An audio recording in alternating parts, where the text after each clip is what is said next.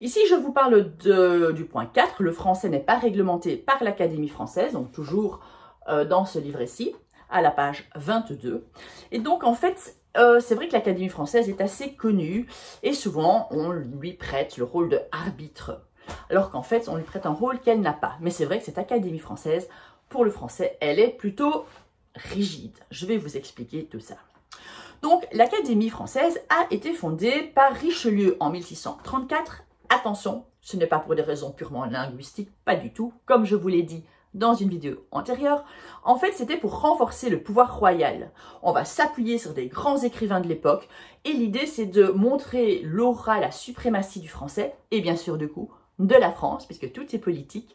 Et c'est également pour commencer à essayer de unifier, que tout le monde parle le même langage. Quel langage, évidemment? Pas le langage des provinces et des régionalismes, mais le langage, le français de Paris et bien sûr, de l'élite.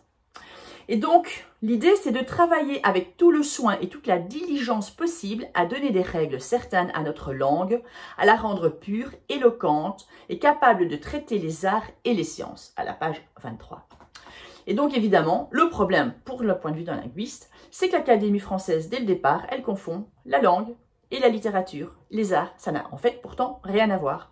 Et elle est extrêmement élitiste. Et elle s'oppose de manière générale à tous les changements, donc elle est extrêmement conservatrice. Donc depuis le 19e siècle, par exemple, elle s'oppose à l'évolution du langage, de la langue française, par exemple en refusant les règles d'orthographe qui changent, en refusant certains points de grammaire qui changent, ou même la féminisation des noms.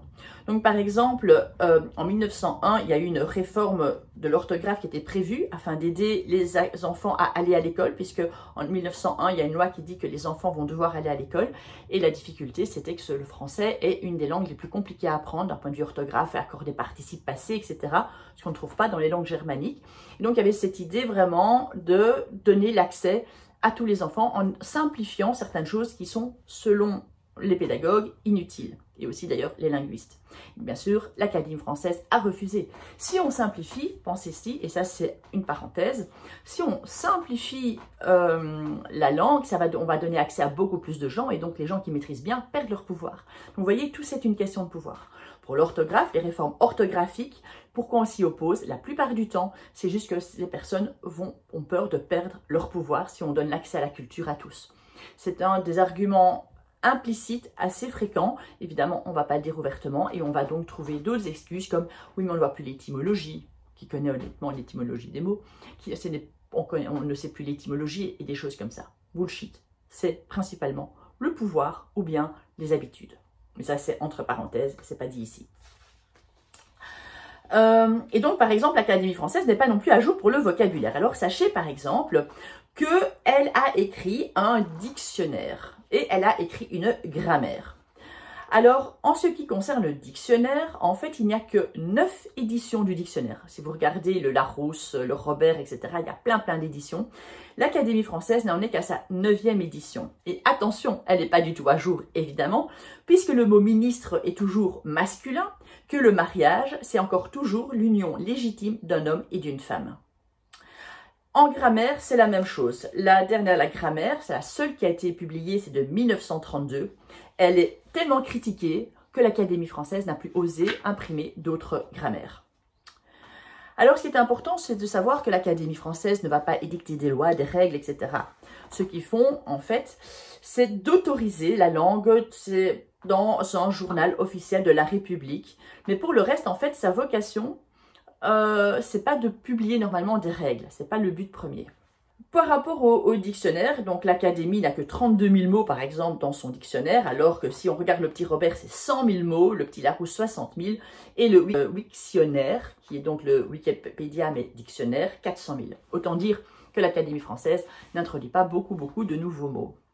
Alors qu'en fait, ce vocabulaire, il est vraiment infini. Et la langue, en fait, ce qui est génial avec la langue, c'est qu'on peut créer plein de mots en connaissant les préfixes, les suffixes, en changeant.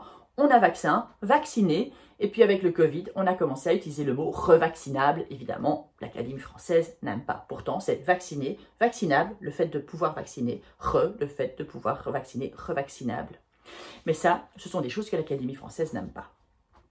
Alors, l'Académie française est tout un symbole. C'est vraiment ça qui est important. Or, si on réfléchit bien, à l'Académie française, on a principalement des littéraires. Ce ne sont donc pas des linguistes.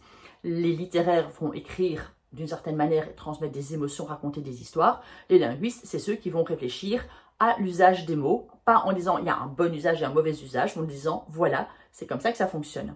Mais donc, c'est assez intéressant, c'est qu'on demande à l'Académie française de parler de linguistique, de parler d'orthographe et de grammaire, alors qu'il n'y a pas de linguiste dedans. C'est ça qui est assez étonnant. Et entre parenthèses, par exemple, le mot distanciel et présentiel en 2020 avec le Covid, eh bien l'Académie française disait que ce n'était pas du français. Présentiel, distanciel, on ne peut pas dire que ce soit autre chose que du français. Donc voilà.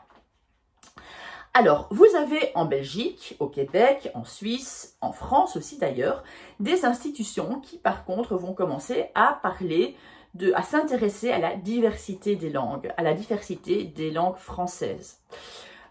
Et là, par contre, c'est bien avec des linguistes. Et donc, en fait, la conclusion de cette partie, c'est que l'Académie française, elle devrait peut-être intégrer des linguistes, elle devrait s'inspirer de l'Académie royale de langue et de littérature française de Belgique, qui sont extrêmement poussées vers... Et également, il faudrait à l'école, c'est introduire une lexicographie, un cours de lexicographie, ça veut dire sensibiliser au dictionnaire, comment écrire un dictionnaire, comment on choisit quel terme rentre dans un dictionnaire, pour pouvoir réfléchir à tout ça. Ça, c'était la partie 4.